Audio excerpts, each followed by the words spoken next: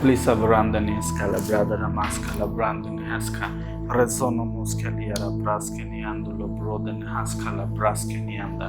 Thank you Lord Jesus. फिर से आपका स्वागत है परमेश्वर का हुजूरी में। परमेश्वर का वचन सुनने के लिए आप ट्यून इन किए हैं, इसलिए आपको धन्यवाद। जैसे कि लास्ट टाइम हमने सीखा था कि सोल और स्पिरिट के बीच में डिफरेंस क्या है, और इस बार जो हम लोग सीखने वाले हैं वो है शरीर और फ्लेश के बारे में। बॉडी और फ्लेश में डिफरेंस क्या होता है। तो बहुत लोगों को लगता है कि शरीर फ्लेश से क्या चीज़ है, ये मांस है, ये पूरा बॉडी है। ऐसा नहीं है, बाइबल कुछ और बताता है। और ये दोनों जो चीज़ें हैं ये बहुत ही डिफरेंट है, बहुत ही अलग है। सो अगर हम लोग जानना चाहेंगे सबसे पहले कि शरीर क्या होता है, बॉडी क्या होता है, क्योंकि हमने ये सीखा है कि परमेश्वर ने मिट्टी से मानव को बनाया और उसमें सांस फूंका। तो जो सांस फूंका वो शरीर बन गया। तो जब परमेश्वर ने उस शरीर को बनाया है तो उसके लिए परमेश्वर योजनाएं रखता है, उसके लिए परमेश्वर का कुछ सोच है। वो सोच क्या है हम लोग जानते हैं। सबसे पहले हम लोग देखते हैं पहला कोरिन्थियंस 6:19-20। पहला कोरिन्थियस 6:19। यस।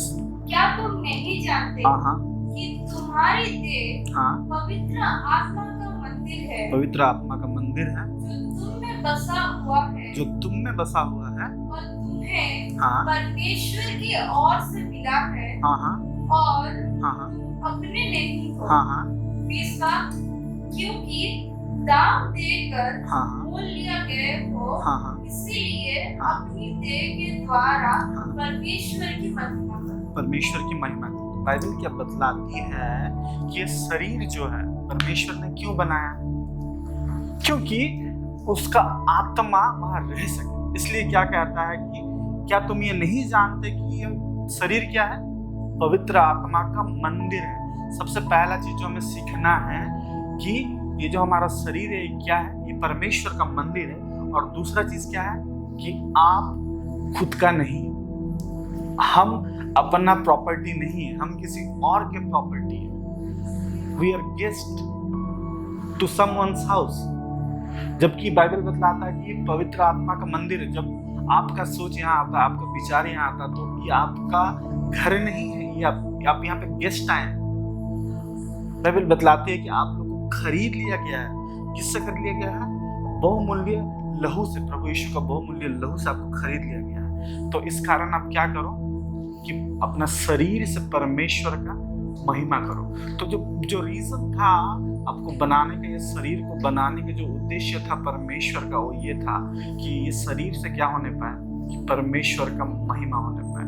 फर्स्ट थिंग कि ये शरीर से क्या होने पाए, परमेश्वर का महिमा होना चाहिए। और अगर हम लोग देखते हैं रोमन्स उसका 12 का पहला और दूसरा को कोई पढ़ दे, Romans 12:1 and 2। Romans yes 12 chapter पहला। यस। इसलिए हे भाइयों, मैं तुमसे परमेश्वर की दया स्मरण दिलाकर विनती करता हूँ कि अपने शरीर को जीवित और पवित्र और परमेश्वर को भाता हुआ बलिदान करके चढ़ाओ। यही तुम्हारी आत्मा के सेवा है। ओके, तू पढ़ दे। इस शरीर के स्वंद के बनो, परंतु तुम्हारे मन के नए हो जाने से तुम्हारा चाल चलन भी बदलता जाए, जिससे तुम परमेश्वर की भली और भावती और सिद्ध इच्छा अनुभव से मालूम करते रहो। इंग्लिश में बहुत अच्छा कहता है, पॉल कहते हैं, Therefore I urge you brothers and sisters by the mercies of God, परमेश्वर का दया के कारण से क्या करो, by the mercies of God present your bodies, आपका ये जो शरीर है उसे क्या करो, आप प्रेजेंट करो कहाँ, परमेश्वर के पास। और क्या, जीवित बलिदान, living sacrifice, holy and well pleasing to God as an act of worship. आप जब अपना शरीर परमेश्वर के लिए डेडिकेट करते हो, जब आप अपना शरीर परमेश्वर को देते हो, तो उससे परमेश्वर का महिमा होता है और आप अपना जीवन को पवित्र रखते हो, ये शरीर को पवित्र रखते हो जो कि परमेश्वर को भाता है। तो ये क्या है? जैसे हम लोग आराधना करते हैं, हाथ उठाते हैं, ये उस प्रकार का एक एक्ट होता है। It is act of worship. और क्या कहता है 2 में कि do not be conform to this world but be transform progressively by the renewing of your mind. ये दुनिया का चाल चलन को अपनाने के लिए परमेश्वर ने हमें नहीं बनाया। ये स्पष्ट रूप से वचन हमें क्या बताता है कि ये शरीर क्या है? पवित्र आत्मा का मंदिर है पहले। दूसरा क्या है? ये हमें सैक्रिफाइस के हिसाब से चढ़ाना है, परमेश्वर का एक्ट ऑफ वर्शिप की लड़ाई। और हमें दुनिया का पैटर्न्स में कंफर्म नहीं होता। ये दुनिया जैसा जीता है, ये दुनिया जिस प्रकार काम करता है वो करने के लिए हमें डिजाइन नहीं किया गया है। ओके, सो बहुत अच्छा बात है। बट अगर हम लोग अपना जीवन को आज के डेट पे देखते हैं तो हम क्या पाते हैं? हम पाते ये हैं कि हम पाप में डूबे हुए हैं। बट बाइबल क्या बतला रही है कि पवित्र रहो, इस शरीर को पवित्र रखो। आज हम अपने आप को व्यभिचार में पाते हैं, अनेक सारे पाप में पाते हैं। जब देखो झूठ बोलना, जब देखो ये करना, जब देखो चुगली करना, और बहुत सारी चीजें हम लोग अपना जीवन में पाते हैं। अगर हम अपने आप को एग्जामाइन करेंगे तो हम लोग ये पाएंगे। मैं आपको ये बतला रहा हूँ, ये इसलिए बतला रहा हूँ कि मैं अपने जीवन में पाता हूँ, मैं अपने जीवन में इसको एक्सपीरियंस करता हूँ डे टू डे लाइफ में।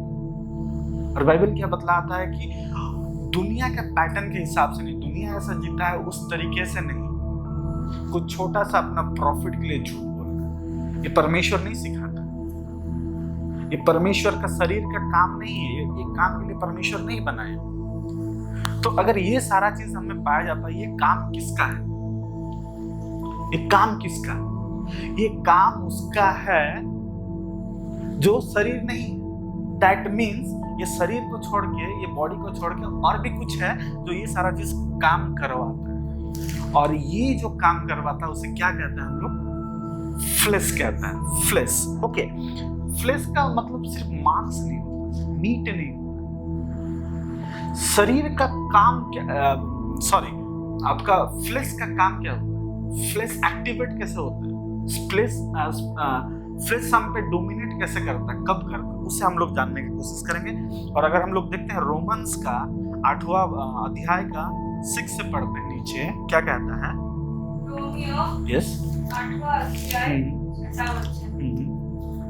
शरीर पर मन लगाना तो मृत्यु है, परंतु आत्मा पर मन लगाना जीवन और शांति है। ओके, क्योंकि शरीर पर मन लगाना तो परमेश्वर से प्यार रखना है, क्योंकि ना तो परमेश्वर की व्यवस्था के अधीन है और ना हो सकती है, और जो शारीरिक दशा में है वे परमेश्वर को प्रसन्न नहीं कर सकते। ओके, नीचे पढ़ दो और एक बार, आप 8 को भी पढ़ दें।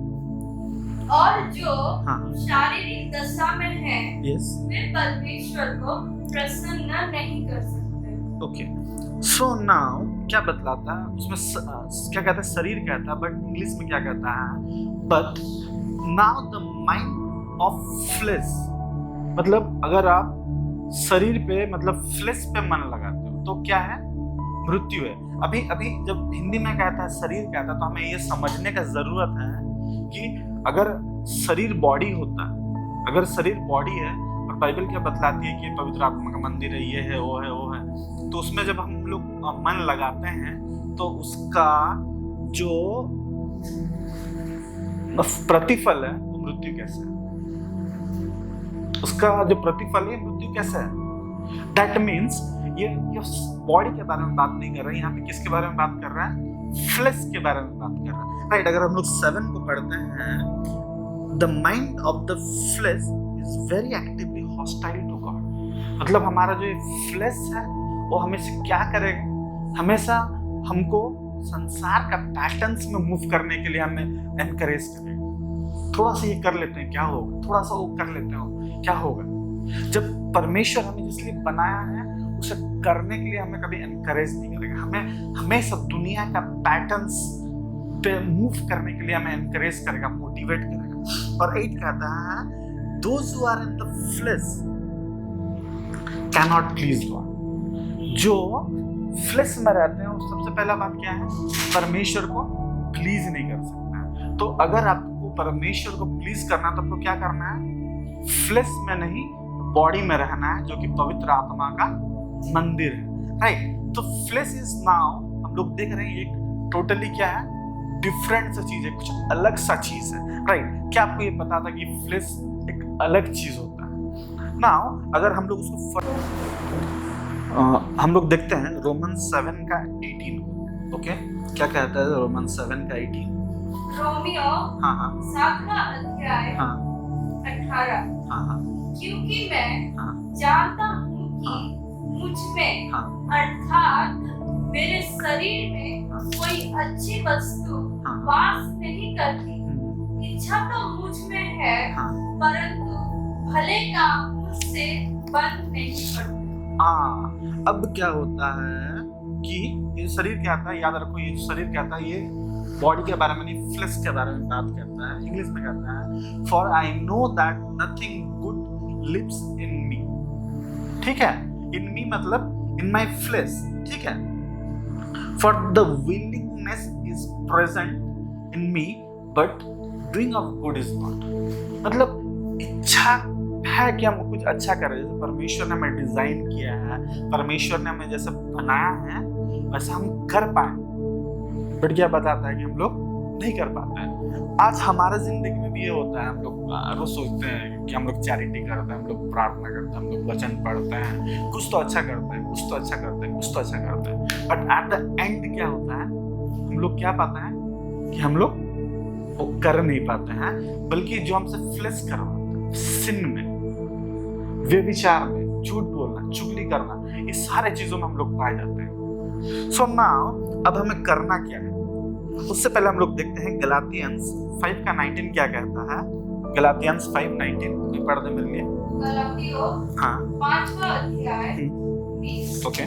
शरीर के काम तो प्रकट है, अर्थात व्यभिचार, गंदे काम, लुचपन, मूर्ति पूजा, टोना, बैर, झगड़ा, ईर्ष्या, क्रोध, विरोध, झूठ, विरधम, दाढ़, मतवालापन, लीलाटियों और इनके जैसे और काम है। इनके विषय में तो तुमसे पहले से कह देता हूँ, जैसा पहले कह भी चुका हूँ कि ऐसे काम करने वाले परमेश्वर के राज्य में बारिश ना हो।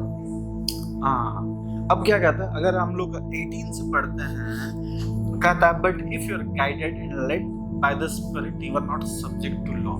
आप परमेश्वर का व्यवस्था में क्या होंगे, उसमें आप नहीं आएंगे, वो व्यवस्था आपके लिए नहीं होगा। आप अगर परमेश्वर का आत्मा में क्या करते हैं, चलाए चलते हैं, तो अब क्या होगा, वो लॉ आपके लिए नहीं होगा। पर क्या होता है जब हम लोग क्या करते हैं, स्पिरिट से गाइडेड नहीं होगा, क्या से गाइडेड होता है, फ्लेश से। क्योंकि फ्लेश का काम क्या होता है कि ये सारे नीचे जो 17 में कहता है कि the sinful nature has its desire which is opposed to the spirit. मतलब जो हमारा फ्लेश है उसका जो नेचर है वो क्या करेगा, हमेशा पाप की ओर जाएगा, और पवित्र आत्मा जो परमेश्वर का आत्मा हमारे अंदर है उसको अपोज करेगा, उसका अगेंस्ट में जाएगा। और जब उसका अगेंस्ट में जाता है वो क्या करवाता है हमसे, बहुत सारी चीजें उसके बाद में लिखे हुए हैं, ये विचार करना, ये करना, वो करना, मूर्ति पूजा करना और बहुत सारा काम करना। और जब हम ये करते हैं तो हम लोग क्या करते हैं, जो परमेश्वर ने हमें वारिस बनाया है, जॉन 1 के बारे में कहता है जो उसका आत्मा के चलाए चलते हैं उसे उसने पुत्र होने का अधिकार दिया। और जब हम ये नहीं करते हैं, हम लोग आत्मा से नहीं चल के क्या में चलते हैं, फ्लेश में चलते हैं, तो हम लोग क्या पाते हैं कि हम लोग उसका जो वारिसत्व है, जो हम लोग को लीगल हेयर्स बना दिया गया, उसे हम लोग मिस करते हैं। हम जो प्रोविजन हमें मिला है, अगर आप लोग मेरा इससे पहले का वीडियो देखे होगा आइडेंटिटी क्राइसिस की, कौन है उसमें, क्या प्रोविजंस है, और अनेक सारे वीडियो में बताता हूँ कि परमेश्वर ने हमें हर स्पिरिचुअल ब्लेसिंग से आशीषित किया है, हेवनली रेलेंस में हर चीज़ को हमें दे दिया है। ये सारा प्रोविजंस हम क्या करते हैं, मिस करते हैं। अगर इसके बारे में ज़्यादा जानना है आप वो वीडियोस को रेफर कर सकते हो। बहुत सारे वीडियोस में बताता हूँ कि परमेश्वर हमारे लिए ये रखा है, वो रखा है, ये प्लान है, वो प्लान से, मैं ये बताता रहता हूँ, राइट। सो नाउ जो फ्लेश है वो क्या करता है, हमेशा हमें स्पिरिट को अपोज करवाता है। पवित्र आत्मा को, जो परमेश्वर का आत्मा, उसे क्या करता है, अपोज करवाता है। नाउ अगर हम लोग फ्लेशी थिंग्स में मन लगाएंगे, ये संसार की चीजों में मन लगाएंगे और हम प्रार्थना करेंगे, आपको क्या लगता है परमेश्वर उस प्रार्थना का उत्तर देगा? या भी हम ऐसे ये सारे चीजों को करेंगे और उसके साथ साथ कुछ ये चीजें भी करेंगे, तो क्या आपको लगता है कि परमेश्वर हमारा सुनेगा और हमारा करेगा? नहीं, क्योंकि परमेश्वर हमारा सुनने के लिए डायरेक्ट नहीं है। उसने अपना आत्मा को हमें दिया है ताकि वो हमें सिखा सके कि हम कैसे उसको एक्सेस कर सके, उस तक हम कैसे पहुंच सके, उससे कैसे हम लोग बात कर सके। और जब हम लोग क्या करते हैं, फ्लेश में चलते हैं, तो क्या होता है ये है कि हम लोग जो परमेश्वर का आत्मा है, हम लोग उसे ओपोज करते हैं। तो जब हम परमेश्वर का आत्मा को ओपोज करते हैं, मतलब हम लोग क्या करते हैं, डायरेक्टली परमेश्वर को ओपोज करते हैं। डायरेक्टली क्या करते हैं, परमेश्वर को ओपोज करते हैं। सो राइट नाउ हमें करना क्या है, हमें सीखना क्या है कि ये जो हम लोग कर रहे हैं, जो करते हैं, ऐसा जो भी देख रहे हैं, वो भले ही पास्टर हो, बिशप हो, अपोस्टल हो, प्रॉफिट, हर किसी का मन में या शरीर में एक फ्लेश का डिजायर है। तो हमें करना यह है कि हमें फ्लेश को किल करना। हमें क्या करना, फ्लेश को किल करना। और उसे कैसे करेंगे, मैं उसका नेक्स्ट पार्ट में बताऊंगा। इसका नेक्स्ट पार्ट में हम लोग ये सीखेंगे कि फ्लेश और स्पिरिट कैसे आपस में नहीं मेल खाते हैं, और क्या करने से हम लोग स्पिरिट के चीजों को कर पाएंगे, आत्मा के चीजों को कर पाएंगे, परमेश्वर का एक्सेस कर पाएंगे। Thank you very much, stay tuned, God bless you, signing out.